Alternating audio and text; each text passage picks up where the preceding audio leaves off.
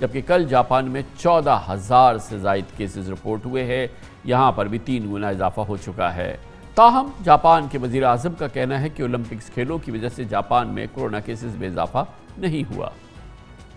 200 سے زائد ممالک کے تقریباً 11,500 کھلاڑی پوری دنیا سے 46 کھیلوں کے مقابلوں میں ٹوکیو میں حصہ لے رہے ہیں۔ پاکستان، بھارت یہاں موجود ہے مگر کسی گنتی شمار میں نہیں ہے۔ پاکستان نے آخری بار 1992 میں بارسلونا اولمپکس میں کانسی کا میڈل جیتا تھا۔ 3 دہائیوں سے پاکستان کی اولمپکس میں کامیابی 0 ہے۔ اس بار بھی پاکستان کا صرف 10 کھلاڑیوں پر مشتمل دستہ ٹوکیو روانہ ہوا، جبکہ بھارت کے 121 کھلاڑی بھیجنے کے باوجود صرف 2 چاندی اور 3 کانسی کے میڈل جیت سکا ہے۔ بھارت نے 4 دہائیوں بعد کل ہاکی میں کانسی کا تمغہ حاصل کیا۔ فی الحال گولڈ میڈلز کے اعتبار سے چین اول اور امریکہ دوم ہے۔ اس پس منظر میں بھارت میں جس نے کہ 121 کھلاڑی بھیجے، وہاں پر میڈیا اب اولمپکس دستوں پر لان تان کر رہا ہے۔ 121 بھارتی کھلاڑیوں کے 18 کھیلوں میں 50 سے زائد مقابلے ہو چکے ہیں اور صرف 5 کھیلوں میں بھارت کو دوسرے اور تیسرے درجے کی کامیابی ملی ہے۔ کھلاڑیوں کی نااہلی اور ناکامی کا ذمہ دار نریندر مودی کو ٹھہرایا جا رہا ہے۔ انتہا پسند ہندو نچلی ذات کے کھلاڑیوں کے گھروں پر حملے کر رہے ہیں۔ بھارت میں صورتحال اس حوالے سے بہت ہی دلچسپ بلکہ کہنا چاہیے سیریس ہے۔ پاکستان کے 10 میں سے 9 ایتھلیٹس ٹوکیو اولمپکس سے بغیر کوئی میڈل جیتے ناکام لوٹنے والے ہیں۔ پاکستان کی ہاکی ٹیم لگاتار دوسرے اولمپکس میں کوالیفائی نہیں کر پائی۔ صرف پاکستانی ایتھلیٹ ارشد ندیم نے ٹوکیو اولمپکس کے جیولن تھرو کے ایونٹ میں کوالیفائنگ مقابلوں میں کامیابی کے بعد فائنل مقابلے تک رسائی حاصل کی ہے، جبکہ پاکستانی ویٹ لفٹر طلحہ طالب صرف 2 کلو وزن کی کمی سے میڈل جیتنے سے تو محروم رہ گئے تھے، لیکن قوم نے انہیں سراہا۔ وزیر اعظم عمران خان نے 1 اگست کو قوم سے براہ راست ٹیلی فوننگ جو گفتگو کی تھی، ان سے ٹوکیو اولمپکس میں پاکستان کی مایوس کن کارکردگی اور کھلاڑیوں کی تربیت پر توجہ نہ دینے کا بھی سوال ہوا تھا۔ وزیر اعظم نے جواب میں خود کو کھیلوں میں ٹرپل PhD کا دعویٰ کیا تھا۔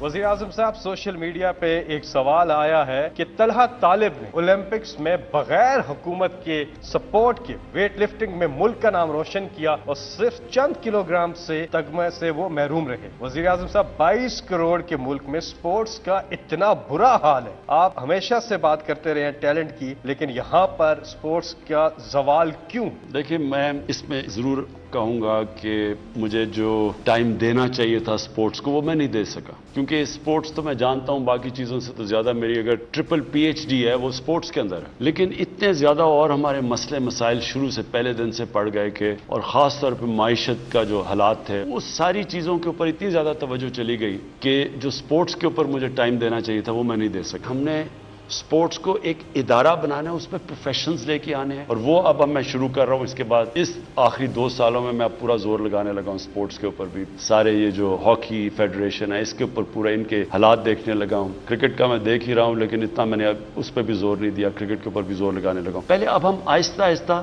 سارا سسٹم ٹھیک کریں گے۔ کیا سسٹم ٹھیک ہوگا اور اس وقت یہ سسٹم ہے کیا، یہ ہم پوچھیں گے۔ پاکستان میں سپورٹس بہت ہی ممتاز سینئر سپورٹس جرنلسٹ جناب عبد الماجد بھٹی ہمارے ساتھ موجود ہیں۔ بہت بہت شکریہ بھٹی صاحب۔ پاکستان اور سپورٹس آپس میں جڑتا بھی نہیں ہے، یہ نام اب ایک دوسرے سے کسی قسم کی اس میں مماثلت ہونی بھی نہیں چاہیے، ایسا حال تھا تو نہیں ہمارا۔ آپ کے خیال میں یہ پورے تمام جو ہمارے پورا سپورٹس کا جو ہمارا ایرینا ہے یہ کیسے خالی ہو گیا؟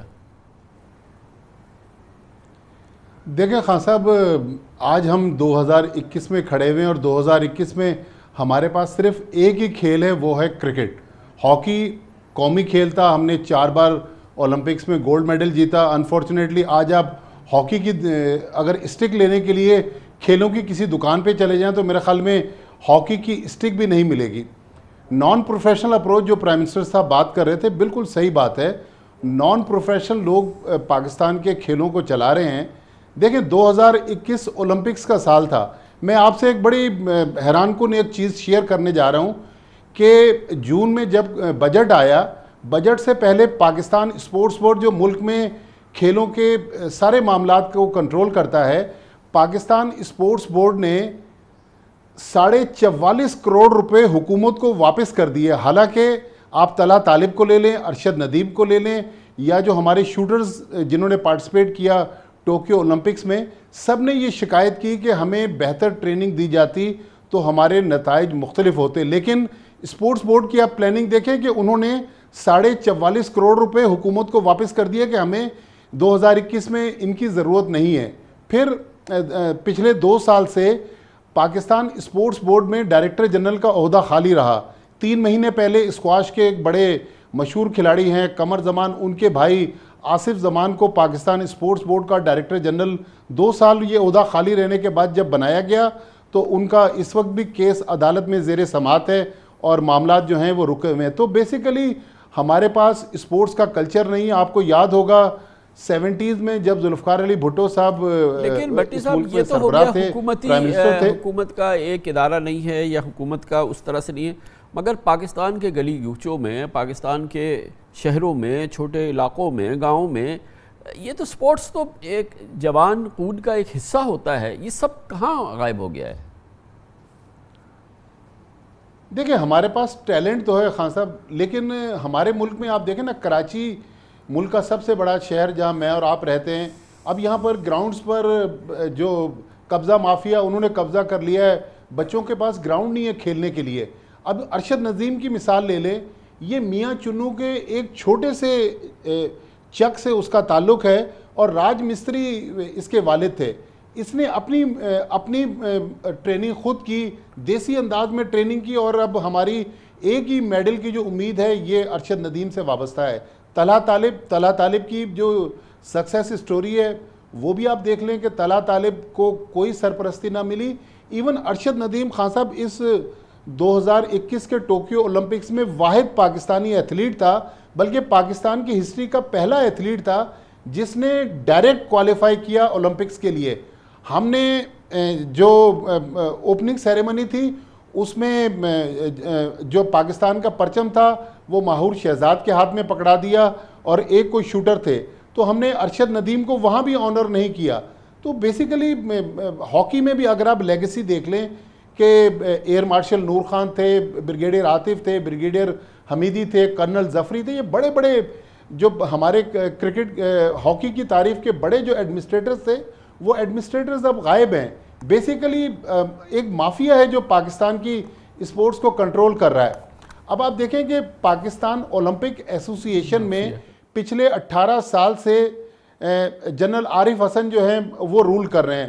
چوتھی مسلسل ٹرم عارف حسن صاحب کے پاس ہے، لیکن آپ دیکھیں کہ کوئی بہتری نظر نہیں آ رہی.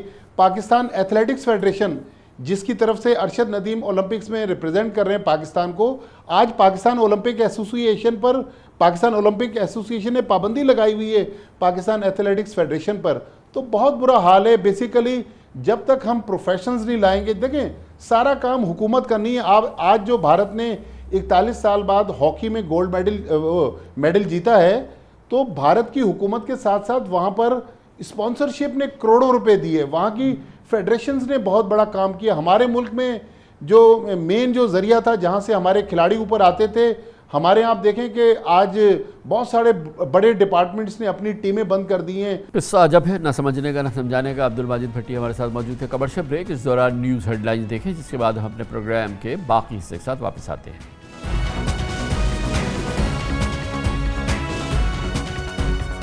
سابق وزیر اعظم اور پاکستان مسلم لیگ نون کے قائد جناب نواز شریف لگتا ہے ہر طرف سے چیلنجز کے حصار میں ہیں.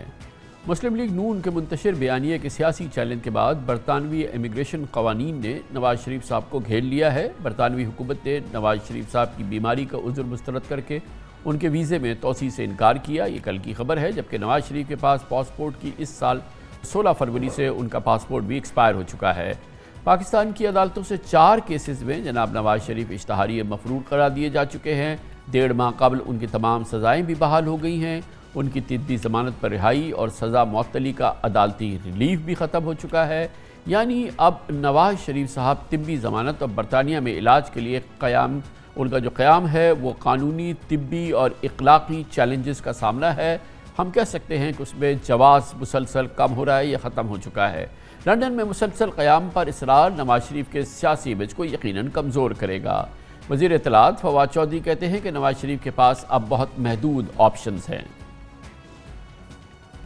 نواز شریف کے جو ویزے کی توسیع کا معاملہ ہے، اس کے بعد ان کے پاس جو آپشنز ہیں وہ 2-3 ہیں. پہلی آپشن تو یہ ہے کہ وہ پاکستان کی ایمبیسی میں جائیں, وہاں پہ ان کو جو عارضی پاسپورٹ کی جگہ کے اوپر ڈاکیومنٹیشن ہے, دستاویزات ہیں, وہ دی جائیں گی. اس دستاویزات کے اوپر وہ پاکستان ٹریول کریں اور واپس آئیں. دوسری صورتحال یہ ہے کہ وہ اس کو چیلنج کریں گے, اور چیلنج بھی اگر وہ کریں گے, اس کے خلاف اپیل میں جائیں گے, ان کے پاس کوئی گراؤنڈ نہیں ہے کیونکہ وہ بیمار نہیں ہے, اور آپ کے سامنے وہ برطانیہ میں جس طرح سے چل پھر رہے ہیں, ریسٹورنٹس میں جا رہے ہیں, ظاہر ہے وہ بیمار نہیں ہے, اور وہ پھر ایک اور جھوٹ بولیں گے برطانوی عدالتوں سے, اور پھر ان کو برطانوی عدالتوں سے بھی سزا ہو سکتی ہے اگر وہ جھوٹ بولیں. سو میری رائے میں نواز شریف صاحب کو پاکستان کی ایمبیسی میں جا کے عارضی سفری دستاویزات لینی چاہیے اور پاکستان آنا چاہیے. برطانوی قوانین کے ماہرین کہتے ہیں کہ نواز شریف کو امیگریشن ٹریبونل میں اپیل کرنے کا حق حاصل ہے, اور جو کہ انہوں نے کر بھی دی ہے. اپیل کے مراحل میں نواز شریف کئی ماہ مزید برطانیہ میں قیام کر سکتے ہیں. گویا کہ یہ فی الحال نواز شریف صاحب کے لیے, جیسے ہم نے کل بھی کہا تھا, فوری برطانیہ سے اخراج ان کا ممکن نہیں ہے, اور برطانوی عدالتوں سے وہ رجوع کر رہے ہیں اور پورے اس کے نظام کو وہ رجوع کر رہے ہیں. اطلاعات یہ بھی ہیں کہ نواز شریف کے وکلاء کی جانب سے جو اپیل دائر کی گئی ہے اس کی جلد سماعت بھی شروع ہوگی. دلچسپ بات یہ ہے کہ برطانیہ میں مقیم جناب نواز شریف کے سبزی اور سابق وزیر خزانہ اسحاق ڈار کا سپٹمبر 2018 میں ڈپلومیٹک پاسپورٹ منسوخ ہو گیا تھا, اور اسحاق ڈار کی قانونی حیثیت اب اسٹیٹ لیس باشندے کی ہے, لیکن وہ بھی تقریباً 3 سال سے برطانیہ میں مقیم ہیں. یہ بھی حیرانی کن بات ہے کہ اسحاق ڈار کی بے دخلی کی درخواست برطانوی پارلیمانی ٹیم مسترد کر چکی ہے. جناب نواز شریف کا یہ کیس اور اس کی مزید قانونی معلومات برطانوی قوانین کے حوالے سے حاصل کرتے ہیں. لندن سے ہمیں جوائن کر رہے ہیں جناب سلمان شاہ, ماہر ہیں برطانوی قوانین کے, سالیسیٹر ہیں, سینئر سالیسیٹر ہیں. بہت بہت شکریہ سلمان شاہ صاحب. یہ فرمائیے گا کہ جناب نواز شریف کے جو درخواست مسترد ہوئی ہے وہ بیسکلی یہی ہے کہ انہوں نے درخواست یہی کی تھی کہ ان کا میڈیکل ٹریٹمنٹ ہو رہا ہے, اور کیونکہ وہ میڈیکل ٹریٹمنٹ جاری ہے اس لیے ان کی ایکسٹینشن کی جائے ویزے کی, لیکن جو برٹش گورنمنٹ تھی, جو ہوم آفس تھا, اس نے اس کو ریزسٹ کیا, اور انہوں نے کہا کہ ان کے میڈیکل گراؤنڈز اتنے مضبوط نہیں ہیں کہ ان کو مزید ایکسٹینشن دیا جائے ویزے کا. گویا کہ برٹش گورنمنٹ یہ ڈٹرمن کر چکی ہے کہ ان کے میڈیکل گراؤنڈز کہ وہ برطانیہ میں مزید سٹے کریں, وہ اس قابل نہیں ہے کہ ان کو ایکسٹینشن دی جائے. شکریہ کامران صاحب. تھوڑا سا میں اس میں توسیع کرتا چلا جاؤں, کیونکہ انیشیل اسٹیج پہ یہ کہنا کہ گراؤنڈز جو ہیں یا میڈیکل گراؤنڈز ہیں وہ بالکل اس قابل نہیں ہیں کہ ان کو ایکسٹینشن نہ دی جائے. اصل میں انہوں نے اپنی اپلیکیشن جب ہوم آفس میں کی ہوگی, کیونکہ ان کے پاس 5 ایئر یا 10 ایئر کا وزٹر ویزا ہوگا, اور وہ اپنی میڈیکل گراؤنڈز پہ اب تک وہاں پہ ایکسٹینشن کراتے ہوئے آئے ہیں. تو ابھی بھی جو انہوں نے فردر ایکسٹینشن کی ہوگی تو اس میں شاید کیس ورکر بہت سی چیزیں اوور لک کر جاتے ہیں جب اپلیکیشن ہوتی ہے, چانسز ہوتے ہیں کہ ریفیوز کر دیا جائے. اور ایک چیز اس میں اور بتاتا چلا رہا ہوں, کیونکہ جب بھی آپ کے پاس وزٹر ویزا ہوتا ہے 5 ایئرز 2 ایئرز یا 10 ایئر, آپ ایک اٹیمپٹ پہ جو ہے 180 ڈیز سے زیادہ اس ملک میں نہیں رہ سکتے, آپ کو آؤٹ ہونا پڑتا ہے, اس کے بعد آپ دوبارہ آ سکتے ہیں.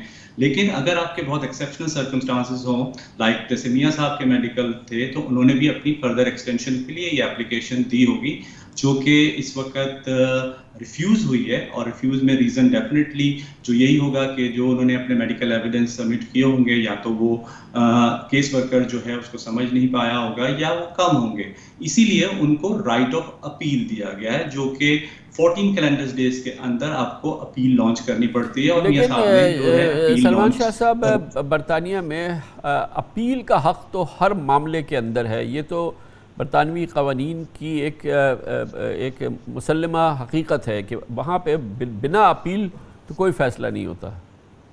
بالکل, اور اسی لیے میں نے یہ چیز کہا کہ پہلے سے ہم اس چیز کو یہ نہیں کہہ سکتے کہ ان کو ڈپورٹ کر دیا جائے گا اور ان کو برطانیہ نے ریفیوز کر دیا گیا, کیونکہ اپیل جو ہے ابھی فرسٹ ایئر ٹرائبونل کے اندر ہے. اور ابھی جو اپیل لانچ کی ہے ہوگی میاں صاحب کے جو سلسٹرز ہیں یا بیرسٹرز ہیں, تو ڈیفینیٹلی انہوں نے جو گراؤنڈ پہ اپلیکیشن ریفیوز ہوئی ہوگی اس کو ریز کیا ہوگا. اور اپیل کورٹ میں آنے سے پہلے جب آپ اپیل لانچ کرتے ہیں تو سب سے پہلے جو ہے ہوم آفس کی ریویو ٹیم کے پاس وہ اپلیکیشن جاتی ہے. اور ہوم آفس کی ٹیم اس کو ریویو کرتی ہے. اس میں یہ دیکھا جاتا ہے کہ کیا یہ ڈیسیجن ہم سے رانگ تو نہیں ہو گیا, یا کوئی ایسے ڈاکومنٹس جو جمع ہوئے تھے وہ اوور لک نہ ہو گئے ہوں, اور کیا جو پرائما فیشیا جو انیشل ٹیک ہے ہوم آفس کا, جو کہ انیشل رسپانس ہے, یہ تو ہم کہہ سکتے ہیں نا کہ اس میں ہوم آفس کنونسڈ نہیں تھا کہ ان کے میڈیکل گراؤنڈز اتنے اسٹرانگ ہیں کہ ان کو فردر ایکسٹینڈ کیا جائے ان کی ویزا کو. بالکل ہوم آفس یہ کہہ سکتا ہے کہ جس وجہ سے ان کو ریفیوز کیا گیا, لیکن جب اپیل کا رائٹ دیا جاتا ہے تو اس میں آپ کو بتایا جاتا ہے کہ کیا گراؤنڈز ہیں جس کی وجہ سے ہوم آفس نے ریفیوز کیا, اور جو ان کے سلسٹرز نے جو گراؤنڈ ڈرافٹ کیے ہوں گے ڈیفینیٹلی انہوں نے اپنے ریزنز بھی بتائے ہوں گے اور فردر ایویڈنس بھی سبمٹ کیے ہوں گے. اسی لیے میں آپ کو یہ چیز بتا رہا ہوں کہ ابھی کورٹ میں کیس جانے سے پہلے جو ہوم آفس کی ریویو ٹیم ہوتی ہے وہ دوبارہ سے اس کیس کو پورا چیک کرتی ہے کہ کوئی ایسی چیز اوور لک نہ ہوئی ہو, اور وہ دوبارہ سے مناسب. اچھا یہ فرمائیے گا کہ مثال کے طور پہ اپ ہولڈ ہو جاتا ہے, جہاں پہ اپیل کر رہے ہیں وہاں پہ وہ کہیں کہ جی ایکسٹینشن ہو سکتی ہے ان کے ویزے کے لیے, تو اس کے لیے نواز شریف صاحب کو ویلڈ پاسپورٹ تو چاہیے نا جس پہ ویلڈ یہ ویزا ایکسٹینڈ ہوگا, اور ان کا کیس یہ ہے کہ ان کے پاس اب ویلڈ ڈاکیومنٹ نہیں ہے, ٹریول ڈاکیومنٹ نہیں ہے, وہ ان کا ایکسپائر ہو چکا ہے. یہ کتنا کمپلیکیٹ کرے گا ان کے میٹر کو؟ دیکھیں ویزا اگر ان کو یہاں پہ ملتا ہے تو وہ بی آر پی کارڈ ایک ہوتا ہے, بایو میٹرک ریزیڈنس پرمٹ, اس کے اوپر ملتا ہے. پاسپورٹ کی جہاں تک ریکوائرمنٹ ہے ان کا پاسپورٹ ایکسپائر ہو گیا. Home office passport expire accept کرتی ہے, یہ نہیں ہوتا کہ آپ ویلڈ پاسپورٹ یا آپ کے پاس ہو, کیونکہ گورنمنٹ آف پاکستان کی طرف سے ان کا جو پاسپورٹ اس وقت منسوخ کر دیا گیا ہوا ہے, اور وہ صرف پاسپورٹ کی جگہ اگر جیسے کہا جاتا ہے کہ وہ ٹریول ڈاکومنٹس لے کے واپس جا سکتے ہیں, لیکن ٹریول ڈاکومنٹ اسی صورت میں لیا جا سکتا ہے کہ اگر ان کو یہاں سے رپورٹ کیا جائے یا ہوم آفس یا میاں صاحب واپس جانا چاہیں. ادروائز اگر ان کو یہاں پہ فردر ایکسٹینشن ملتی ہے, اگر کوئی بھی شخص جو برطانیہ میں داخل ہو, برطانیہ میں ایک ویلڈ ویزا پر آئے اور وہاں پر آنے کے بعد اس کا پاسپورٹ ایکسپائر ہو جائے, اس کے بعد اس کا ویزا بھی ایکسپائر ہو جائے, تو یہ اس پہ کوئی پابندی نہیں ہے کہ اس کے پاس ایک برطانیہ میں رہنے کے لیے جس ملک کے پاسپورٹ پہ وہ آیا اس کے پاس وہ ویلڈ پاسپورٹ ہونا چاہیے. برطانوی قوانین کی یہ ضرورت نہیں ہے. دیکھیں ڈیپینڈ یہ کرتا ہے کہ برطانیہ میں اگر آپ وزٹ ویزے پہ آئے ہیں اور آلریڈی آپ کی اپلیکیشنز جو ہیں وہ ہوم آفس کے اندر موجود ہیں, اور آپ کا پاسپورٹ کیونکہ ہوم آفس ہولڈ کرتا ہے, جب آپ اپنی اپلیکیشن بھیجتے ہیں تو آپ کو اوریجنل پاسپورٹ ہوم آفس کو بھیجنا پڑتا ہے. اگر اوریجنل پاسپورٹ ہوم آفس کے پاس ہے اور وہ ایکسپائر ہو گیا ہے تو ہوم آفس آپ سے نیو پاسپورٹ کی ریکوائر نہیں کرتا, کیونکہ آپ کو جو آپ کی ہائی کمیشن ہے وہ پاسپورٹ ایشو نہیں کرتی جب تک کہ پاس یہاں پہ آپ کے پاس کوئی اسٹیٹس نہ ہو. تو سب سے بڑی چیز تو ایک یہ ہے کہ میاں صاحب کا پاسپورٹ جو ہے وہ ہوم آفس کے پاس موجود ہوگا, اور میاں صاحب کے پاس یہ جواز ہے دینے کا. اور اگر وہ پاسپورٹ کیونکہ پاسپورٹ تو فیبرری میں ایکسپائر ہو گیا ہے, مان لیجئے کہ وہ پاسپورٹ ایکسپائر ہونے کے بعد انہوں نے یہ درخواست بھیجی ہو تو پھر کیا ہوگا؟ پھر بھی اگر پاسپورٹ کیونکہ ہوم آفس کے پاس ہے تو ہوم آفس کو یہ لکھا جا سکتا ہے کہ میرا جو ایکسپائر پاسپورٹ ہے وہ ہوم آفس کے پاس ہی ہے, کیونکہ مجھے نیا پاسپورٹ ایمبیسی ایشو نہیں کر رہی, تو ہوم آفس اس چیز کو کنسیڈر کرتی ہے. اور چونکہ جو سرکمسٹانسز میاں صاحب کے ساتھ ہیں کہ ان کا پاسپورٹ منسوخ کر دیا گیا ہے, ان کو نیا پاسپورٹ نہیں دے رہے, تو یہاں مگر یہ اتنا ریلیکسڈ سسٹم ہے, مگر اس کے باوجود بھی میاں صاحب کی ریکویسٹ جو تھی ویزا ایکسٹینشن کی وہ ریجیکٹ کی گئی. وہ سمجھ میں نہیں آ رہی بات. پھر تو ریلیکسڈ قانون ڈیفینیٹلی ہے, ہوم آفس ڈاکومنٹیشن کو سمجھ کے اپلیکیشن کو دے کے کرتا ہے. میں نے اس لیے کہا کہ اپلیکیشن بہت ایزی ہوتی ہے یہاں پہ ریفیوز ہونا. کچھ میڈیکل گراؤنڈز, کچھ ڈاکومنٹس اس قسم کے ہوتے ہیں اس وقت موجود نہ ہوں اور کیس ورکر نے اس کو ریفیوز کر دیا ہو, اسی لیے اپیل کا رائٹ یہاں پہ دیا جاتا ہے, اور اپیل سے پہلے دوبارہ ہوم آفس اس کو ریویو کرتا ہے, اور ہوم آفس اگر ریویو میں سمجھتا ہے کہ کوئی چیز مس ہو گئی ہے تو وہ اپنا ڈیسیجن واپس لے کے وڈرا کر کے ہوم آفس کو نیا ویزا بھی دے سکتا ہے. تھینک یو سو مچ. جناب سلمان شاہ بتا رہے تھے کہ ابھی جناب نواز شریف کے پاس بہت گنجائش موجود ہے برطانیہ میں رہنے کی, مگر بہرحال ان کی انیشل درخواست جو برطانوی حکومت کو, ان کی وزارت داخلہ کو گئی کہ ان کو طبی بنیاد پہ برطانیہ میں رہنے کی مزید اجازت دی جائے, وہ مسترد ہو گئی. اب اس اہم موضوع پہ ہمیں اپنا موقف دیں گے پاکستان مسلم لیگ نون کے سینئر نائب صدر جناب شاہد خاقان عباسی. اسلام آباد سے ہمیں جوائن کریں. بڑی نوازش ہے بھائی صاحب آپ نے ہمیں جوائن کیا ہے. کل جو برطانوی حکومت کا فیصلہ آیا جناب نواز شریف کی ویزا ایکسٹینشن جو انہوں نے مسترد کی، گویا کہ برطانوی حکومت اس نتیجے پہ پہنچ چکی ہے کہ نواز شریف صاحب کو طبی بنیاد پہ برطانیہ میں مزید قیام کی ضرورت نہیں ہے، اس لیے ان کا ویزا ایکسٹینشن کی درخواست کو مسترد کیا جاتا ہے۔ یہ کامران صاحب یہ بات درست نہیں ہے۔ برطانیہ میں وزٹ ویزا 6 مہینے کا ہوتا ہے، کووڈ کی وجہ سے انہوں نے ایکسٹینڈ کرتے رہے وہ ہر ایک کا، تو 2 سال کے قریب بھی لوگ وہاں رہے ہیں، تو اب جو مزید ایکسٹینشن ہے وہ وہاں پر نہیں ہو رہی، وہ ہوتی ہے چند اسپیشل گراؤنڈز پر جو کہ وہاں بڑے کوانٹیفائڈ ہیں، جس میں ایک کہ اگر آپ ایڈمیٹڈ ہوں کسی ہسپتال میں، پرائیویٹ ہسپتال میں اسپیشلی، تو وہ آپ کو ایکسٹینشن دے سکتے ہیں۔ تو یہ اب انہوں نے اپنا فیصلہ دے دیا ہے۔ اب اگر کوئی ٹریبیونل میں میاں صاحب جائیں گے کیونکہ ان کا علاج ہونا ہے، 3 میجر پروسیجرز ہیں، تو اس کو وہ اپنے گراؤنڈز ان کے پاس ان کو مہیا کریں گے، اور اگر انہوں نے مناسب سمجھا تو وہ ایکسٹینڈ کر دیں گے۔ یہ ان کا اپنا قانون ہے، اپنے طریقے ہیں اور بڑے واضح ہیں۔ اگر آپ ویب سائٹ پہ چلے جائیں، میں آپ کو لنک بھیج دوں گا، تو یہ سب چیزیں بڑی کلیئرلی وہاں آئیڈینٹیفائڈ ہیں۔ برطانیہ میں کوئی نواز شریف اسپیسیفک فیصلہ نہیں ہے، یہ بھی میں آپ کو واضح کر دوں، جو یہاں پر بات کر رہے ہیں مختلف جی وہاں پہ کسی شخصی فیصلہ نہیں ہوتا، لیکن بہرحال یہ بات تو طے ہے نا کہ جو برطانوی حکومت ہے وہ اس بات کو درست نہیں سمجھتی کہ ان کی طبی صورتحال اس لیول کی ہے کہ فی الحال انہیں برطانیہ میں رہنا ضروری ہے، اس لیے کیونکہ وہ درخواست کر رہے ہیں وہ اس کو مسترد کرتے ہیں، وہ سمجھتے ہیں کہ اب آپ اپنے گھر جا سکتے ہیں۔ نہیں کامران صاحب، یہ بات درست نہیں ہے۔ انہوں نے ان کی میڈیکل کنڈیشن پر کوئی فیصلہ نہیں کیا، انہوں نے اپنے سٹے کے قانون، ویزا موجود ہے جو ان کا سٹے کا قانون ہے 180 دن کا، جس کو کووڈ میں بڑھایا گیا تھا، اس کے مطابق فیصلہ کیا ہے۔ انہوں نے ان کی طبی کنڈیشن پر نہ کوئی بات کی ہے، نہ وہ کر سکتے ہیں، نہ وہ اس بات کو ایگزامن کرتے ہیں۔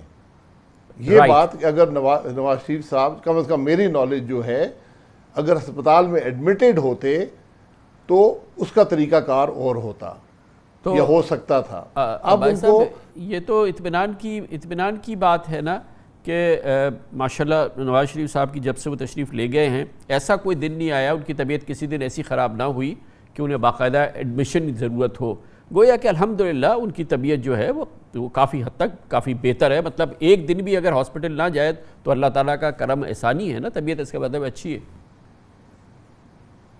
جی کامران صاحب، آپ بھی ڈاکٹر نہیں ہیں، میں بھی نہیں ہوں، لیکن ڈاکٹرز کی رپورٹ بڑی واضح ہے کہ 3 بڑے میجر پروسیجرز ان کے ہونے ہیں، یعنی 3 میجر سرجریز ان کی ہونی ہیں، ان میں سے کوئی بھی معمولی نہیں ہے، اور کو ماربیڈیٹیز ہیں، یعنی ایک کا ایفیکٹ دوسرے پہ ہوتا ہے۔ جب وہ ایک چیز کو ٹھیک کریں گے دوسری خراب ہو سکتی ہے، تو اس کو لائٹلی نہ لیں۔ یہ کھیل کی بات نہیں ہے، یہ مذاق کی بات نہیں ہے، یہ کم ظرف بیانات کی بات نہیں ہے، یہ ایک شخص کی زندگی کا اور صحت کا مسئلہ ہے، تو کم از کم ہمیں اس بات کا ضرور خیال کرنا چاہیے۔ یہ فرمائیے گا، میں نہیں سمجھتا ہوں کہ یہ کوئی ٹی وی ڈیبیٹ پر یا کوئی معاملہ ہے۔ بالکل یہ فرمائیے گا بھائی صاحب، تو پھر اب جو یہ پروسیس ہے، ٹریبونل میں اپیل کر دی ہے نواز شریف صاحب نے، اور اگر مثال کے طور پر ٹریبونل بھی ہوم آفس کی طرح سے یہ سمجھتا ہے کہ ان کے ویزا ایکسٹینشن کی گنجائش نہیں ہے اور ہوم آفس کا یہ فیصلہ صحیح ہے، تو پھر نواز شریف صاحب پھر واپس تشریف لائیں گے پاکستان؟ جی وہاں ان کا عدالت بھی وہاں موجود ہے، وہاں پر قانون ہے اس ملک کے اندر۔ ہماری طرح بدقسمتی سے جو ہمارے حالات ہیں وہ وہاں پر نہیں ہیں، تو قانون وہاں حق اور انصاف کے مطابق ہی فیصلہ کرتا ہے۔ تو ان کے علاج ہونا ہے، یہ ڈاکیومنٹس پریزنٹ ہو جائیں گے، ہمیں امید ہے وہ اجازت دے دیں گے، وہاں نہ ہوا تو کہیں اور علاج کروا لیں گے۔ ان کی، ہماری پارٹی کا، میرا ذاتی، اس پارٹی کے ہر شخص کا اور ہر پاکستانی کا فیصلہ یہی ہے کہ وہ علاج کروا کر آئیں۔ زندگی صحت سے بہتر سے زیادہ کوئی چیز بھی انسان کے لیے ضروری نہیں ہوتی، یہ ان کا حق ہے اور وہ علاج کروا کے آئیں گے۔ یقیناً آپ نے فرمایا کہ اگر مثال کے طور آبویسلی ایک آپ کو اسٹریٹجائز تو کرنا ہوگا، نواز شریف صاحب بھی کر رہے ہوں گے، کہ جہاں پر یہ ہے کہ بہت غالب امکان ہے کہ ان کی اپیل اپروو ہو جائے گی، لیکن بہرحال ایک امکان یہ تو ہے کہ وہ ڈس اپروو ہو جائے گی. اس صورت میں ان کے پاس اب ٹریول ڈاکیومنٹ نہیں ہے, انہوں نے ان کا پاسپورٹ جو ہے وہ رینیو نہیں ہوا ہے, وہ تو ایک بڑی مشکل صورتحال تو ہوگی نا. جی ہم نے اس حکومت کی مہربانی ہے کہ 3 دفعہ کے وزیر اعظم کے پاس پاسپورٹ نہیں ہے, تو وہ جو بھی طریقہ ہوتا ہے انسانی ہمدردی کی بنیاد پر آپ کو دنیا میں ہر جگہ علاج کی سہولت میسر کی جاتی ہے, تو وہ علاج اپنا کروا کر ہی آئیں گے. یہ ہمارا ان کو مشورہ بھی ہے اور ہمارا فیصلہ بھی ہے. باقی جو کچھ وہ کرنا چاہیں اپنے حقوق کے لیے پورا استعمال کریں گے. یہ فیصلہ ہے بھائی صاحب کہ ایک آپشن ان کے پاس برطانیہ میں رہنے کا یہ ہے کہ وہ سیاسی پناہ مانگے, پولیٹیکل اسائلم سیک کریں. یہ فیصلہ ہو گیا کہ وہ ایسا نہیں کریں گے. جی میرا نہیں خیال کہ پولیٹیکل اسائلم آپشن ہے, حالانکہ یہاں جو حالات ہیں تو پولیٹیکل اسائلم تو بنتا ہے. جو آپ نے ججوں کو خرید کر ان کو بلیک میل کر کے ان کو کنوکٹ کیا ہے, تو برطانوی عدالتیں بھی یہ چیزیں بھی دیکھی ہیں. پھر جو 2 ان کی کنوکشنز ہیں ان کا فیصلہ بھی اگر کوئی عدالت دیکھ لے تو وہ خود ہی سمجھ جائے گی. مجھے اگر آپ بات کرنے دیں, اسلام آباد ہائی کورٹ کا جو فیصلہ یہ جج خرید کے فیصلہ کیا گیا ہے سر, یہ جج بکے تھے. میں پھر گزارش کر دوں جو ٹرائل کورٹ میں آپ شاید بھول جاتے ہیں کہ ارشد ملک نامی جج تھا جس نے خود کہا کہ میں بلیک میل ہوا ہوں, میں نے یہ فیصلہ غلط کیا ہے, میں نے دباؤ میں کیا ہے. ٹریبیونل بنا لاہور ہائی کورٹ کا, انہوں نے اس کو نوکری سے نکال دیا. وہ فوت ہو چکے ہیں, ان کے فیصلے اسلام آباد ہائی کورٹ اور دوسری اعلیٰ عدالتوں میں کیس جا چکا ہے سر. اسلام آباد ہائی کورٹ نے اس کو سٹیمپ کر دیا ہے, ان کی ساری سزائیں بحال کر دی ہیں سر. جی میں پھر گزارش کروں گا کہ انصاف کا تقاضے کچھ اور ہوتے ہیں, تو اس لیے ہم عدالتوں کا احترام کرتے ہیں. نواز شریف صاحب آئیں گے, ان سب معاملات کو عدالت میں فیس کر لیں گے, لیکن صحت ہوگی تو عدالت میں آئیں گے یقیناً. اچھا یہ بتائیے کہ وہ جو آپ کہہ رہے ہیں کہ رہنے کے شاید مسئلہ نہ ہو, تو کیا یہ اسحاق ڈار صاحب کی جو مثال ہے وہ آپ کے سامنے ہے؟ کیونکہ ظاہر ہے کہ ان کے پاس بھی ٹریول ڈاکیومنٹ نہیں ہے, مگر ان کو کوئی قباحت نہیں ہے, 3 سال سے رہ رہے ہیں انگلینڈ میں. وہ ان کے بھی صحت کے مسائل تو ہیں ڈار صاحب کے بھی. جی آپ رہ سکتے ہیں, آپ ہر ملک میں رہ سکتے ہیں. ٹریول ڈاکیومنٹ ہونا ضروری نہیں ہوتا, اگر وہ ملک آپ کو اجازت دیتا ہے تو آپ رہ سکتے ہیں. ٹریول ڈاکیومنٹ ایک ملک سے دوسرے ملک کے جانے کے لیے ہوتا ہے. اچھا ابھی فی الحال تو برطانوی حکومت نے کہا نواز شریف صاحب سے کہ آپ نہیں رہ سکتے, ابھی تک کی تو کیفیت یہ ہے نا آج کی. نہیں, انہوں نے یہ نہیں کہا. یہ بدقسمتی سے ہم ہر بات کو توڑ موڑ لیتے ہیں. نواز شریف صاحب کا ویزا بھی قائم ہے, اور انہوں نے صرف یہ کہا ہے کہ آپ جو ہمارا 180 دن کا قانون ہے اس کے تحت آپ مزید ملک میں نہیں رہ سکتے. لیکن جب ٹریبیونل میں معاملہ چلا گیا ہے, وہ بھی میں گزارش کروں گا کہ ویب سائٹ پہ آپ ضرور جائیں اور پاکستان کے عوام کو بتائیں کہ وہاں اس ملک کا قانون کیا ہے. یہاں اسپیکولیشن اور طرح طرح کی کمنٹری کی ضرورت نہیں ہوتی جو ہمارے محترم اس ملک کے قابل وزراء کرتے رہتے ہیں. تو وہ پڑھ لیں, تو جب تک ٹریبیونل فیصلہ نہیں کرتا تو وہ اس ملک میں لیگلی رہ سکتے ہیں, یہ ان کے قانون میں گنجائش ہے. اور اس کے بعد بھی آپ عدالت میں بھی جا کر اگر ٹریبیونل بھی آپ کے خلاف فیصلہ کرتا ہے اس کو بھی وہاں پر آپ اپیل کر سکتے ہیں. بالکل بالکل, بہت بہت شکریہ شاہد خاقان عباسی صاحب ہمیں موقف دے رہے تھے پاکستان مسلم لیگ نون کا. خبر بریک, اس کے بعد ذکر کریں گے عالمی سیاست, عالمی سفارتکاری. پوری دنیا کی نگاہیں افغانستان پہ مرکوز ہے, بہت ہی مشکل صورتحال ہے. پاکستان لگتا ہے کہ اس کا کلی فیصلہ ہے کہ دنیا کے ساتھ کھڑا ہوگا. اگر طالبان نے افغانستان پہ فوجی قوت سے قبضہ بھی کر لیا اور افغانستان پہ اپنے قبضے کا اعلان بھی کر دیا تو پاکستان دنیا کی طرح سے اس حکومت کو تسلیم نہیں کرے گا. بہرحال مشکل صورتحال پر ایک تجزیہ حاصل کریں گے, ایکسپرٹ اوپینین ہمیں دیں گی ڈاکٹر ملیہ لودھی, پاکستان کی بہت ہی تجربہ کار سفارتکار. چھوٹے سے وقفے کے بعد. افغانستان کی موجودہ ڈرامائی صورتحال عالمی سیاست اور عالمی سفارتکاری کا محور اور مرکز ہے. پوری دنیا کی نگاہیں افغانستان کی بدلتی ہوئی صورتحال پہ مرکوز ہیں. یقیناً عالمی قوتوں کا جو دنیا کی بڑی بڑی عالمی قوتیں ہیں وہ اس وقت پوری اپنی جستجو سے اور اپنی فوکس سے اس صورتحال کا جائزہ لے رہی ہیں۔ دنیا کی اپنی یقیناً اس میں ترجیح ہے، لیکن پاکستان کے لیے افغانستان کی صورتحال ایک بہت ہی کلیدی صورتحال ہے۔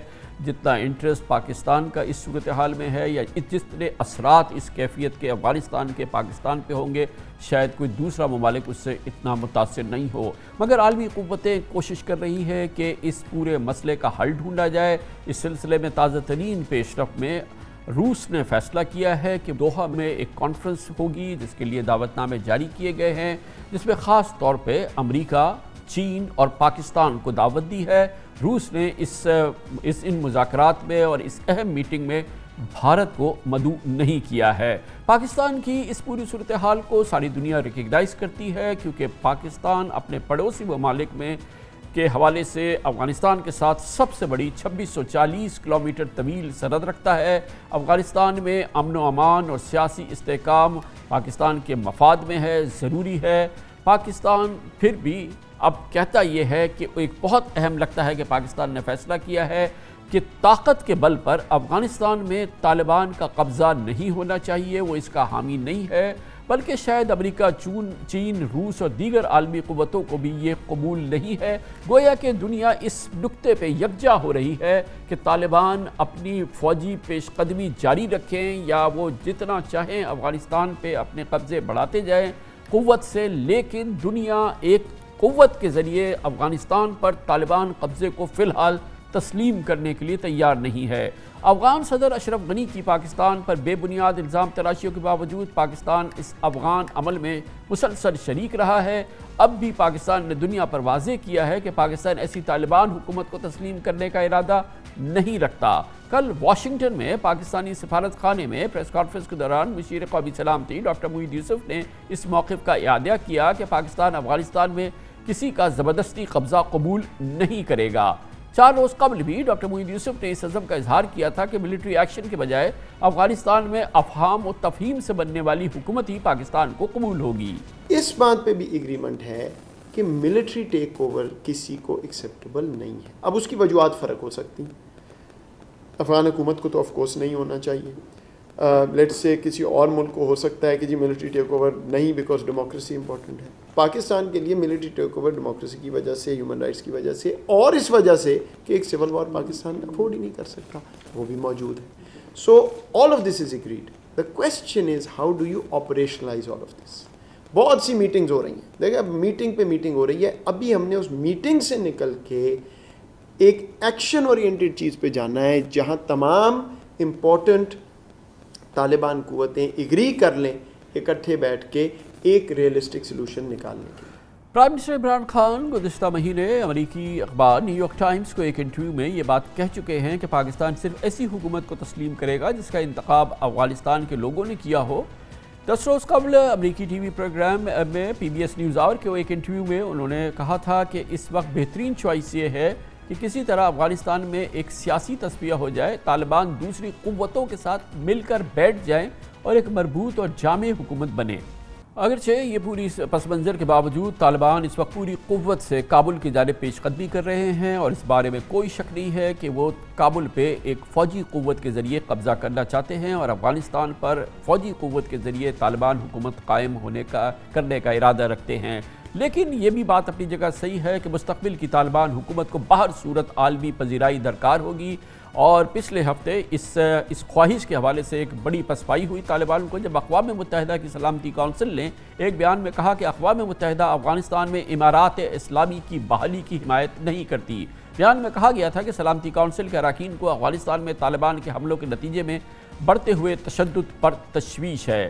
1996 سے 2001 تک طالبان کی افغانستان میں حکومت کو پاکستان، سعودی عرب اور متحدہ عرب امارات نے تسلیم کیا تھا اور طالبان سے باقاعدہ سفارتی تعلقات بھی قائم کیے تھے۔ باقی دنیا کے طالبان سے رسمی تعلقات تھے، لیکن آج صورتحال بالکل مختلف ہے۔ پاکستان کو بہت ہی مشکل فیصلے کرنے ہیں۔ اس پوری صورتحال پر تجزیہ حاصل کرتے ہیں۔ سیر حاصل تجزیے کے لیے ہمیں جوائن کر رہی ہے پاکستان کی ممتاز ترین سابق سفارتکاروں میں سے ایک ہے، اقوام متحدہ میں پاکستان کی سابق مستقل مندوب امریکہ برطانیہ میں پاکستان کے سابق سفیر خارجہ امور کی ممتاز تجزیہ کار ڈاکٹر ملیحہ لودھی ہمارے ساتھ موجود ہے. بہت بہت شکریہ ڈاکٹر صاحبہ. یہ بہت ہی مشکل آپ ایگری کریں گی صورتحال ہے, اور جو پاکستان کی اس وقت یہ سچویشن نظر آ رہی ہے گو کہ بہت غیر مبہم نہیں ہے, بالکل ڈائریکٹ بات نہیں ہے, لیکن لگ یہ رہا ہے کہ پاکستان اس نتیجے پہ پہنچا ہے کہ اگر طالبان ٹیک اوور ہو جائے تو ہم طالبان کی افغان حکومت کو تسلیم نہیں کریں گے, اور دنیا کا بھی یہ ارادہ ہے. آپ کے خیال میں پاکستان کے لیے یہ ضروری ہے کہ اس سوچ پہ قائم رہے؟ کامران, پاکستان نے جو موقف اختیار کیا ہے وہ الائنڈ ہے ود دی انٹرنیشنل کنسنسس. جیسے کہ آپ نے بھی کہا کہ اس وقت بین الاقوامی سطح پہ جو کنسنسس بنا ہے وہ یہی ہے کہ کوئی ایسی حکومت کو تسلیم نہیں کیا جائے گا جو کہ ملٹری ٹیک اوور کے بعد اس کو اسٹیبلش ہو. تو میرا خیال ہے پاکستان نے بھی جو اس بات پہ تاکید کی ہے کہ پاکستان کے لیے ان ایکسیپٹیبل ہے, تو پاکستان ریفلیکٹ کر رہا ہے اور الائن کر رہا ہے انٹرنیشنل کنسنسس. ابھی تھوڑی دیر ہی ہوئی ہے کہ یونائٹڈ نیشن سیکیورٹی کاؤنسل کی ایمرجنسی میٹنگ ہوئی ہے افغانستان پہ, جو کہ میں اس کو دیکھ رہی تھی لائیو, اور اس میں میرا خیال ہے جس تشویش کا اظہار کیا گیا ہے یو این اوفیشلز جو کہ افغانستان گراؤنڈ پہ ہیں, تو میں سمجھتی ہوں کہ انہوں نے یہی کہا کہ یہ بہت ہی ایک خطرناک موڑ پہ افغانستان پہنچ چکا ہے, اور ضرورت اس بات کی ہے کہ سفارتی کوششوں کو تیز کیا جائے, اور پاکستان بھی اس بات کی حمایت کرتا ہے. بلکہ جو سب سے اہم میٹنگ ہونے جا رہی ہے وہ دوحہ میں ہوگی 10 تاریخ کو اور 11 تاریخ کو. 11 تاریخ کو جو میٹنگ ہو رہی ہے, جس سے کہ مجھے امید ہے کہ سفارتی کوششیں جو ہے وہ ری انفورس ہوں گی, وہ ایکسٹینڈڈ ٹروئکا کی ہے, یعنی کہ امریکہ, روس, چین اور پاکستان. اس سے ایک دن پہلے یعنی کہ 10 اگست کو ایک اور میٹنگ ہوگی افغانستان کے جو مختلف ہمسائے ہیں ان کی, اور کیا کہتے ہیں یونائٹڈ نیشنز کی, وہ لوگ بھی موجود ہوں گے وہاں. تو ان میٹنگز کا مقصد یہی ہے کہ دونوں فریق جو ہیں اس جنگ میں ان پہ پریشر ڈالا جائے, ان پہ زور دیا جائے کہ آپ کو یہ وقت ہے, اس لیے کہ گراؤنڈ پہ جو سچویشن ہے وہ بہت تیزی سے چینج ہو رہی ہے, جس کا آپ نے بھی تذکرہ کیا. تو ڈاکٹر صاحب, دنیا پیغام یہ دینا چاہتی ہے, دنیا پیغام طالبان کو یہ دینا چاہتی ہے کہ یہ 2001 نہیں ہے. اگر آپ کی حکومت بنے گی تو جیسے کہ امریکی سیکرٹری خارجہ اینتھونی بلنکن نے کہا کہ آپ پرایا اسٹیٹ بن جائیں گے, گویا کہ آپ حکومت تو قائم کر لیں لیکن آپ دنیا کے ساتھ کوئی روابط نہیں رکھ سکیں گے, اور پھر کیونکہ پاکستان کے بارڈرز ہیں تو افغانستان کی کوئی ٹریڈ پاکستان کے راستے سے نہیں ہو سکے گی, سینٹرل ایشیا سے نہیں ہو سکے گی, اور یہ پھر ایک بہت ہی مشکل کیفیت ہوگی, اور یہ دنیا اس پہ یکجا ہو رہی ہے, اور پاکستان کو ہر صورت میں اس وقت دنیا کے ساتھ کھڑا ہونا ہوگا نا. جی بالکل کامران, اس وقت پاکستان کو تنہا کچھ نہیں کرنا چاہیے, پاکستان کو بین الاقوامی کمیونٹی جو ہے اس کے ساتھ کھڑا ہونا چاہیے, بیکاز ایک کنسنسس تو فارم ہو چکا ہے دنیا میں, ریجنل بھی ہے وہ کنسنسس اور انٹرنیشنل بھی کنسنسس ہے. تو اس وقت میرا خیال ہے جو سب سے اہم سوال ہے کامران وہ یہ ہے کہ آیا یہ سارے جو اپیلز ہیں یا جو پریشر آپ کہہ لیجئے یا سفارتی کوششیں جو جاری ہیں اس وقت, ان کا اثر کیا ہوگا طالبان پہ یا نہیں. دیکھیں, ایک رائے تو یہ ہے کہ جی طالبان تو تلے ہوئے ہیں اس وقت, جو انہوں نے اتنا ریپڈ ملٹری ایڈوانس کیا ہے اس سے وہ انکریج ہوئے ہیں, اور وہ سمجھتے ہیں کہ اب وہ قبضہ کر سکتے ہیں ایونچولی کابل پہ, تو وہ کیوں کسی کی بات سنیں. ایک رائے تو یہ ہے. دوسری رائے یہ ہے کہ طالبان کی جو لیڈرشپ ہے ان کو اب اندازہ ہے کہ اس وقت وہ پرایا بن سکتے ہیں, اور میں سمجھتی ہوں کہ بہت ساری طالبان لیڈرز کی سٹیٹمنٹس بھی ہیں جس میں کہ انہوں نے بار بار یہ کہا ہے کہ وہ ملٹری آپشن کے فیور میں نہیں ہیں, لیکن ساتھ ساتھ ہم یہ بھی دیکھ رہے ہیں کہ گراؤنڈ پہ جو ہو رہا ہے, ایک طرح کا آپ کہہ سکتے ہیں کہ جو افغان فورسز کی طرف سے لڑنے کی کوئی قوت ہی نہیں نظر آ رہی. تو اگر تو اس طرح سے کولیپس ہوتا گیا اور جو لڑائی ہے وہ طویل ہوتی ہے, تو میں سمجھتی ہوں کہ پاکستان کے لیے تو سب سے زیادہ خطرناک سچویشن بنے گی. ظاہر ہے سب سے زیادہ جو افیکٹ ہوگے وہ تو افغانستان ہوگا, اس کے بعد پاکستان پہ جو ملٹی ڈائمینشنل چیلنجز آئیں گے اور جو سیکیورٹی تھریٹ آئے گا. دیکھیں کامران, حال ہی میں نارتھ اینڈ ساؤتھ وزیرستان میں ہمارے جو سیکیورٹی فورسز ہیں, آپ دیکھ رہے ہیں کتنی کیجلٹیز ہو رہی ہیں اور وہ بڑھتی جا رہی ہیں. تو کوئی نہ کوئی تو ایکٹیو ہے وہاں پر جو کہ ٹارگٹ کر رہا ہے ہمارے سیکیورٹی فورسز کو. تو یہ تو تو ایک میں تو اس کو کہتی ہوں کہ دس از اے پورٹنٹ آف واٹ مے کم، جس کا ہم دیکھ رہے ہیں کہ جو سپل اوور اگر ہوتا ہے افغانستان کی سول وار کا پاکستان کے بارڈرز پہ، تو پاکستان کے لیے بہت ہی خطرناک سچویشن ہوگی۔ ریسیپی بتائیے ڈاکٹر صاحبہ کہ کس طریقے سے اس پوری سچویشن کو پاکستان مینیج کرے اور اپنے آپ کو پوزیشن کرے۔ آج آپ نے دیکھا کہ پرائم منسٹر خاص طور پہ پشاور گئے ہیں، جہاں پہ کور ہیڈ کوارٹرز میں ایک بہت امپورٹنٹ میٹنگ، آرمی چیف خود وہاں موجود ہیں، اور اسی سچویشن کو جو آپ جس کو بتا رہی ہیں، جس خطرے کی بات کر رہی ہیں، اس کو گیج کر رہے ہیں، تو وہ کیا کرٹیکل میجرز ہیں، سٹیپس ہیں، پالیسی ڈیسیشنز ہیں جو ہمیں مینٹین کرنے چاہیے تھرو آؤٹ جو آنے والا زمانہ ہے، جس کو آپ کہتی ہیں کہ بہت ہی خطرناک زمانہ ہے؟ دیکھیے، کچھ جو اقدام ہیں وہ پاکستان نے لیے ہیں اسی اینٹیسپیشن میں کہ اگر وہاں صورتحال افغانستان میں اور بگڑتی ہے اور ایک سپل اوور کا جو خطرہ ہے اس کو نپٹنے کے لیے پاکستان نے، جیسے آپ کو معلوم ہے، ہمارا جو طویل بارڈر ہے افغانستان کے ساتھ، لمبا بارڈر، اس کو مور لیس سارے کو فینس کر دیا ہے۔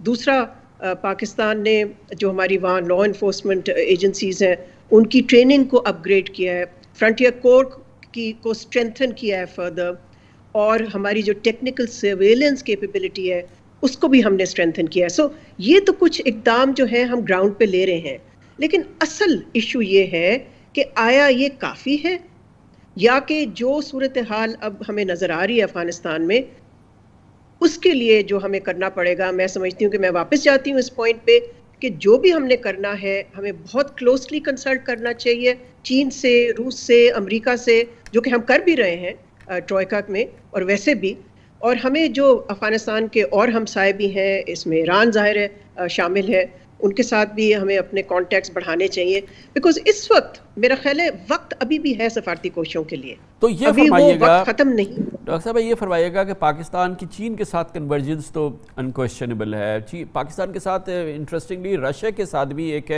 ایکویشن لگ رہی ہے، مگر جو ڈیزائربل ایکویشن یا جو ہماری کنورجنس یو ایس کے ساتھ ہونی چاہیے اس میں بڑا گیپ ابھی بھی نظر آ رہا ہے، اور یہ ایک انٹرنیشنل پرابلم ہے، اور بغیر U S fully on board Pakistan کے ساتھ اس ٹروئکا کے ساتھ نہ آئے، یہ جو ڈسٹنس ہے یہ آپ نوٹس کر رہی ہیں، اس کو کیسے برج کیا جائے کہ یو ایس پاکستان باقاعدہ ایک پیج پر آئیں اس کیفیت میں؟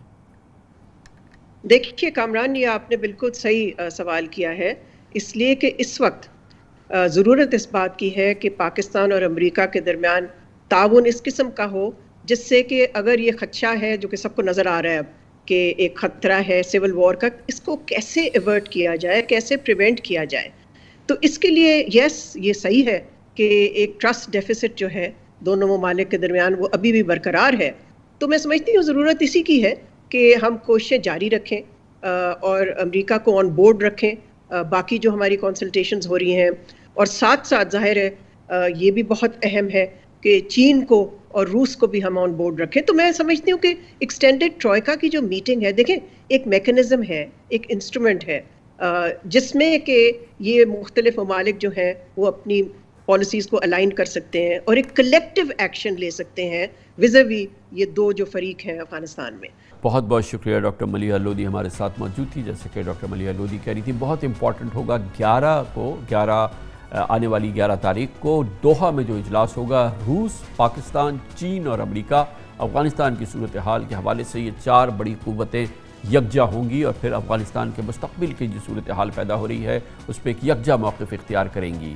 کمرشل بریک، اس کے بعد ذکر کریں گے پنجاب میں غیر معمولی ڈیولپمنٹ۔ اب پنجاب کے اراکین اسمبلی نے ایک قانون بنا دیا ہے کہ پنجاب میں بیوروکریسی، سول انتظامیہ، پولیس ایک طرح سے ان کے تابع ہوگی اور ان کی رہنمائی میں آگے بڑھے گی یا ان سے گائیڈنس لے گی، ان کے خلاف کارروائی نہیں کرے گی۔ عجب صورتحال ہے، اس کی بات کریں گے چھوٹے سے وقفے کے بعد۔ اس ہفتے کے آغاز میں ایک غیر معمولی واقعہ ہوا جس میں پنجاب اسمبلی نے غیر روایتی طور پر اراکین اسمبلی استحقاق ترمیمی ایکٹ، ایک نیا قانون منظور کر لیا۔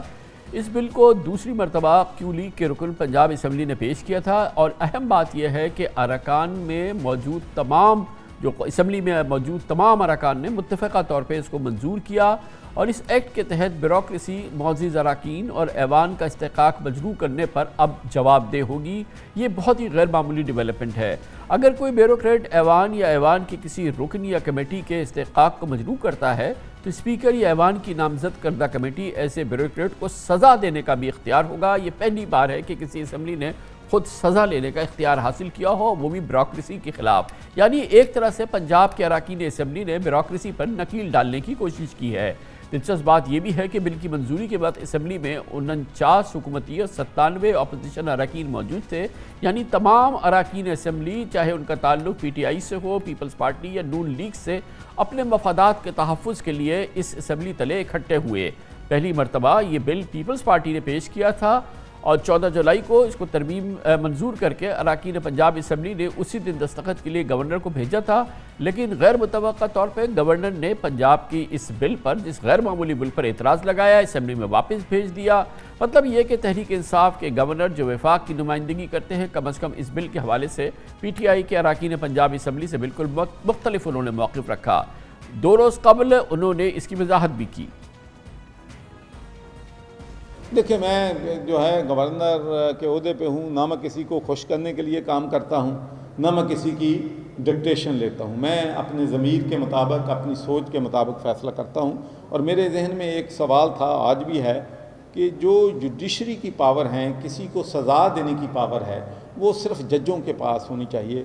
وہ اسمبلی کے ممبرز اگر 6 مہینے کی سزا دیں گے تو اس سے میں سمجھتا ہوں کہ کچھ مشکلات جنم لے سکتی ہیں، لیکن فیصلہ صوبائی اسمبلی نے کرنا ہے۔ میں تو اپنی رائے دے سکتا ہوں، وہ میں نے اپنی رائے دے دی تھی۔ دوسری جانب بل کی منظوری کے بعد اسپیکر پنجاب اسمبلی چودھری پرویز الہی نے تقریر کی اور کہا کہ کوئی غلط فہمی میں نہ رہے، تحفظ استحقاق بل قانون بن چکا ہے، اب بل گورنر کے پاس نہیں بھیجیں گے، بل کا نوٹیفیکیشن اسمبلی جاری کر دے گی اور وہ قانون بن جائے گا، اور پھر ایسا ہی ہوا۔ پرویز الہی صاحب نے کہا کہ اب کسی بیوروکریٹ پہ جرت نہیں ہوگی کہ وہ کسی ممبر صوبائی اسمبلی کی بات نہ سنے، بیوروکریسی کی بدماشی اب نہیں چلنے دیں گے۔ یہ کہنا تھا اسپیکر پنجاب اسمبلی چودھری پرویز الہی کا۔ اگر کسی بیوروکریٹ کو سائلنٹ والے بلاتے ہیں یا نیشنل اسمبلی والے بلاتے ہیں تو ان کی ایک سانس اوپر اور ایک نیچے ان کی ہسٹری ہے کہ ان کے پاس قانون ہے، ان کو حاضر کرنا پڑتا ہے۔ جہاں یہ حکم تھا جس کو آپ لوگوں نے پاس کیا ہے پارلیمنٹ کے تقدس کے لیے اور ممبرز کے پریویلیج کے لیے، آپ کے پاس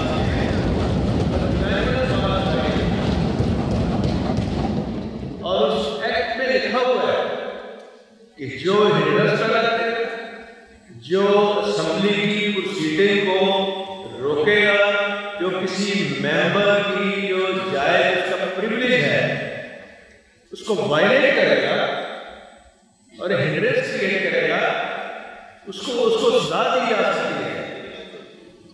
تو اس لیے میں ان کو بار کر رہا ہوں، ہم اس کو سزا دے سکتے ہیں، غلط فہمی نہ رہے۔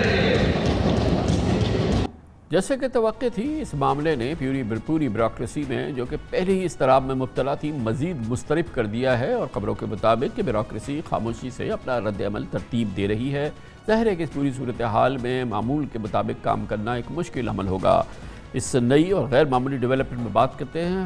لاہور میں ہمارے ساتھ موجود ہے ہمارے نمائندے خصوصی حسن رضا۔ بہت بہت شکریہ حسن رضا صاحب۔ یہ بتائیے، اس بل کے ذریعے اراکین assembly P T I, Noon League, Peoples Party مشترکہ طور پہ بیوروکریسی سے چاہتے کیا ہیں؟ کیا تھرسٹ ہے وہ یہ کہ جو ضلعی انتظامیہ ہے، ڈی سی، اے سیز، کمشنر اور جو پولیس ہے اوپر سے لے کے نیچے تک، وہ اراکین اسمبلی کی ایک طرح سے تابع ہو جائے؟ بالکل آپ درست فرما رہے ہیں آپ تو، کیونکہ وہ امپلیمنٹ تو کر دیا گیا لیکن ابھی تک نوٹیفیکیشن جاری نہیں ہوا۔ کامران صاحب، یہ پہلی دفعہ دیکھنے میں آیا ہے کہ جب پہلے بل لایا گیا تو وہ تو میڈیا کے ذریعے مختلف ذرائع سے ہم نے نکال کر عوام کے سامنے رکھا، تو بیوروکریسی سامنے آئی اور گورنر ہاؤس تک گئے، گورنر پنجاب سے ملاقاتیں کی صحافیوں نے بھی، اور پھر صحافیوں کا تو معاملہ لنک کر دیا گیا، لیکن بیوروکریسی پر گورنر پنجاب کی جانب سے شدید اختلافات سامنے آئے۔ لیکن ابھی تک 3 روز ہو چکے اسمبلی سے بل پاس ہوئے، ابھی تک وہ بل کی کاپی سامنے نہیں آ سکی۔ جو سیکرٹری اسمبلی ہیں محمد خان بھٹی، وہ یہ کہتے ہیں ابھی ہم آپ کو نہیں دے سکتے، نہ ہی پبلک کر سکتے ہیں۔ ایک ہی کاپی تھی جو سائن کرنے کے بعد گورنر پنجاب کو منظوری کے لیے بھجوا دی گئی ہے، ابھی تک اسے پبلک نہیں کیا گیا، نہ ہی نوٹیفیکیشن جاری کیا گیا ہے، اور حکومت بھی ان کے ساتھ مل کر ہی مشاورت سے اس بل لانے کے لیے اقدامات کرتی رہی۔ البتہ یہ بیک فٹ پہ رہ کے حکومت نے اپوزیشن کا انصاف دیا، اور خاص طور پہ جب یہ بل پاس ہوا تو شیر شیر کے نعرے جو پروونشل لیڈرشپ ہے، یعنی کہ جو چیف منسٹر ہیں جن کو کہ بیوروکریسی کے ذریعے ہر لمحہ کام کرنا ہے، یا جو کیبنٹ ہے، صوبائی کابینہ ہے، یا پھر پورا نظام ہے حکومت کا، وہ اس کا کیا رد عمل ہے اس قانون کے پاس کر دینے سے جس میں خود پی ٹی آئی کے اراکین نے حصہ لیا؟ حکومت پنجاب کا بشمول چیف منسٹر کا، ان کی کیبنٹ کا کیا رد عمل ہے؟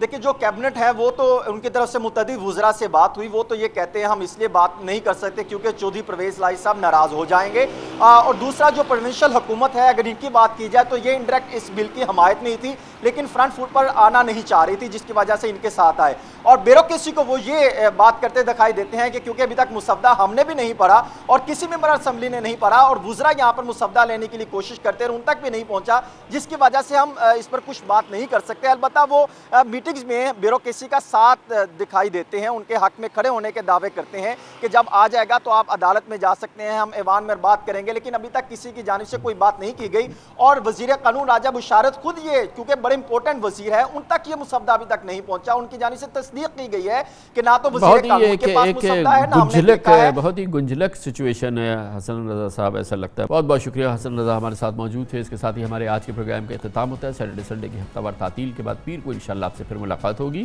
پیر تک کے لیے کامران خان کو اجازت، اللہ حافظ ناصر۔